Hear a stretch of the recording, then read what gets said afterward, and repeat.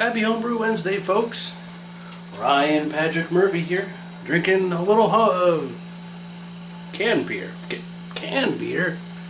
Got New Belgium Ranger IPA. It doesn't taste like Ranger normally does. I don't know if I had a bad batch or what, but it's decent.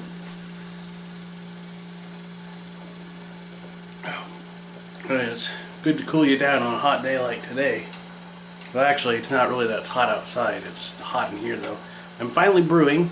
Finally getting my Northern Brewer Cream Ale done. Well, started, I guess.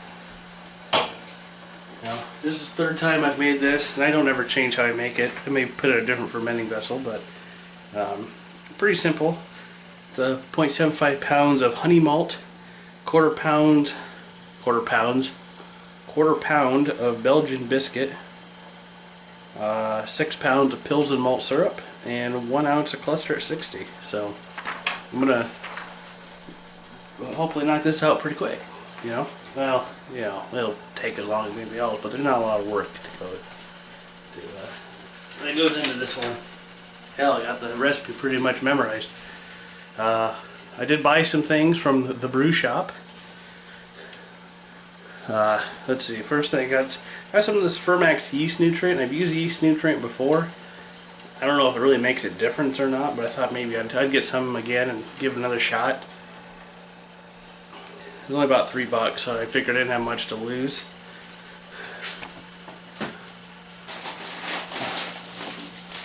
I loaded up on some more caps. I got green ones. Oh, apparently knocked the tripod. That's alright. I got some green ones and some more golden crowns, you know. Nothing too exciting there.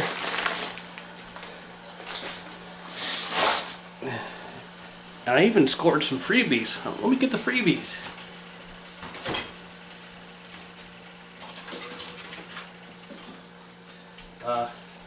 I got some free hops. I actually thought about throwing it in here, but I do want to compare this cream ale to the Liberty cream ale that I brewed and bottled a couple weeks ago. But I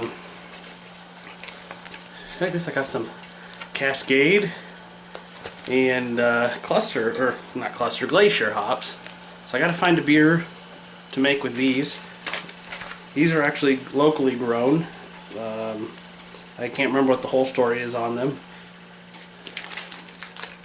but hopefully I get more access to these in the future.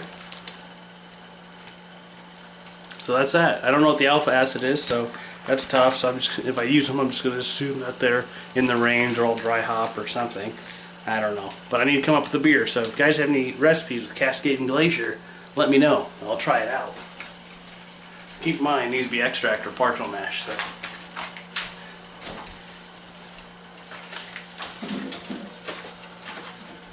But I got 2 ounces of each of those, so that was pretty cool. Thanks, Tom from the brew shop, for hooking me up. It should be pretty cool to try those out. Let's see. Got a nice, pretty color out of these grains right now. Just steeping grains. I forgot to hit the timer on it, so I think we'll just wait for it to get to about 170. I'll pull out the grains. Silly me and forgetting the timer. What else is new? I had the brew shop order the Belgian IPA. They didn't have it yet, but it had only been a week when I'd gone there, so I didn't expect them to have it. I do have kind of a put together recipe of the Right Channel YouTube Amber Ale. Let's see if I can actually find that quick here. Excuse me. I sent a picture of a message, so maybe, hopefully it's in the message.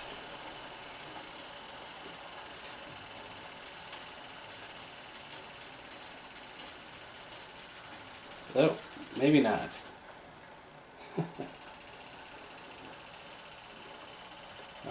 Anyway, it was supposed to be an amber ale. Oh, here we go. So we're going to do... And most of these ingredients, I did fudge the grains a little bit because no one had mentioned this grain. Or I didn't have it, no one really mentioned a grain that darkened up. Yes, midnight wheat was in there, but I didn't want to use that. I didn't think it was appropriate for this beer.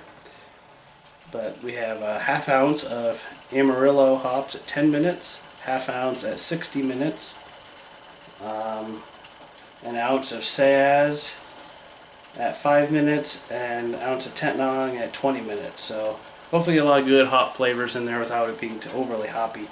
The bitterness is going to be about 38 IBUs based on the percentages, alpha acids that were in Beersmith, so I don't know how an exact. It'll probably go down. My experience showed it'll probably go down because of what I actually can get access to.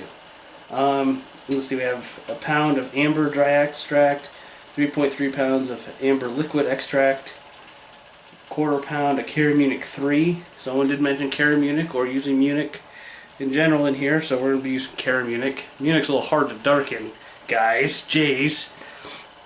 And I said go with some Crystal 77. I've used that grain before. It's pretty good grain, and that's going to be where a lot of color comes down.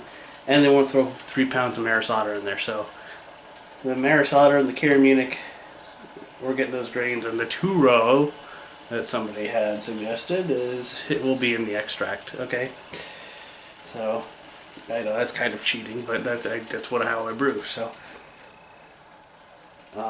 yeah, so hopefully that'll come out to be a good beer. I don't know when I'm going to make it. If you have any suggestions on how to change this, let me know. I'll try to remember to put this down in the description below, but we know I always forget to do that crap. So if I forget, comment and yell at me, and I'll try to put it in there. There we go. I'll put the work on you. You can remind me. Let's see. Just at 110. Gosh, it's looking good.